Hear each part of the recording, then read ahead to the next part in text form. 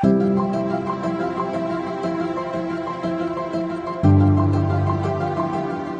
name is Julie Christy. I am a senior manager at Tesla Motors on their renewable energy team based out of Australia.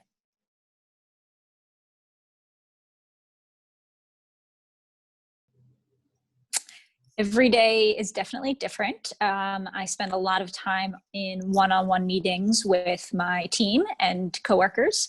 A typical kind of context for a meeting will be reviewing contracts with the sales team or with a subcontractor that we have performing installations of our battery units or electric vehicle charging infrastructure. So no day is the same, but certainly talking to a fair number of people every time.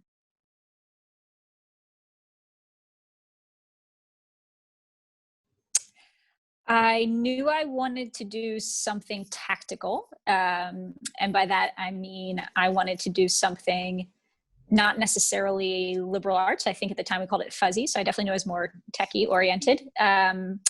I tried a little bit of classes in petroleum engineering. And when I realized the textbooks were from the 1970s, I didn't think that was quite the right opportunity to keep going. So I stumbled into environmental engineering and took some classes in that track on renewable energy, and that just felt very comfortable. It felt like a perfect hybrid of technology and environment, and I sort of felt at home, I guess, with it and have stuck with it ever since.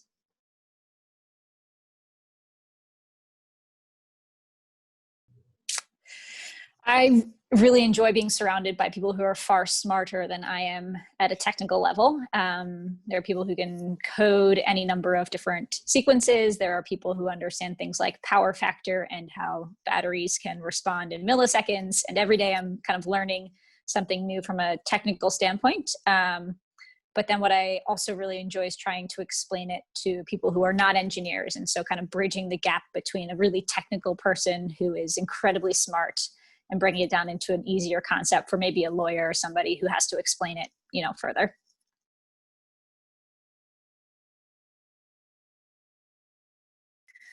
Oh goodness.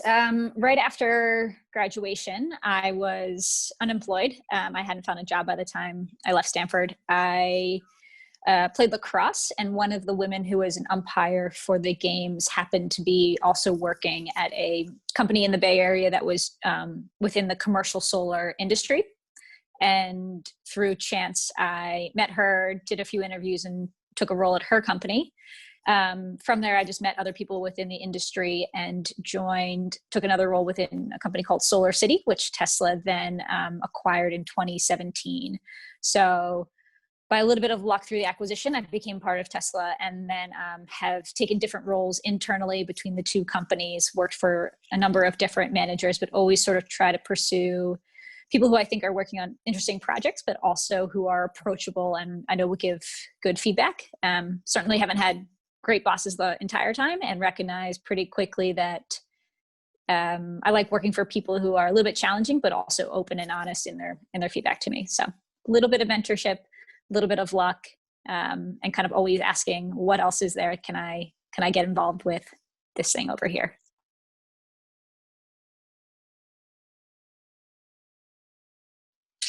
Ooh, tough questions. Biggest hurdle.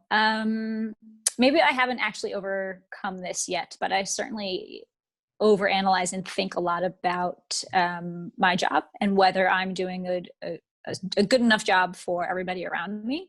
And I think a lot about how I can draw the most potential out of my team that I manage, and sort of, am I using everybody to the best of their ability? And so it's a hurdle or something that I think of every day, because I put a fair amount of pressure on myself in sort of being open in communication, responding timely, and making sure that I understand everything that's happening on projects, so that if a director were to ask me a question, I can respond eloquently and with the right information. So I guess the hurdle there is you may not always have all the information, and that's okay. No one necessarily expects you to have all of the answers. And so it's okay if you're missing certain things, but I certainly try and have everything ready at a moment's notice just in case, but it's usually not okay that way.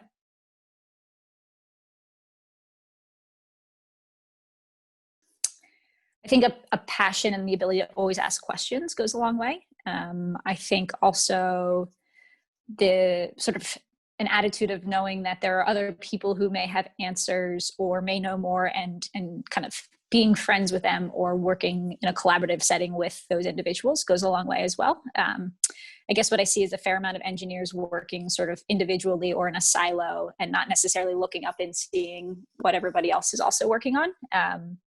And so I try and bring that into my team to say, you know, there's a team in Amsterdam that's doing this over here. Maybe they have some lessons or have tried something that we should implement as well.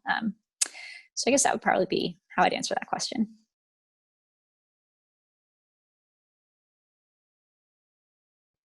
No warning, I would say go for it and be ready to ask questions. And then be really, really proud of the decision that you've made, because it'll give you an awesome opportunity to meet some really, really amazing people.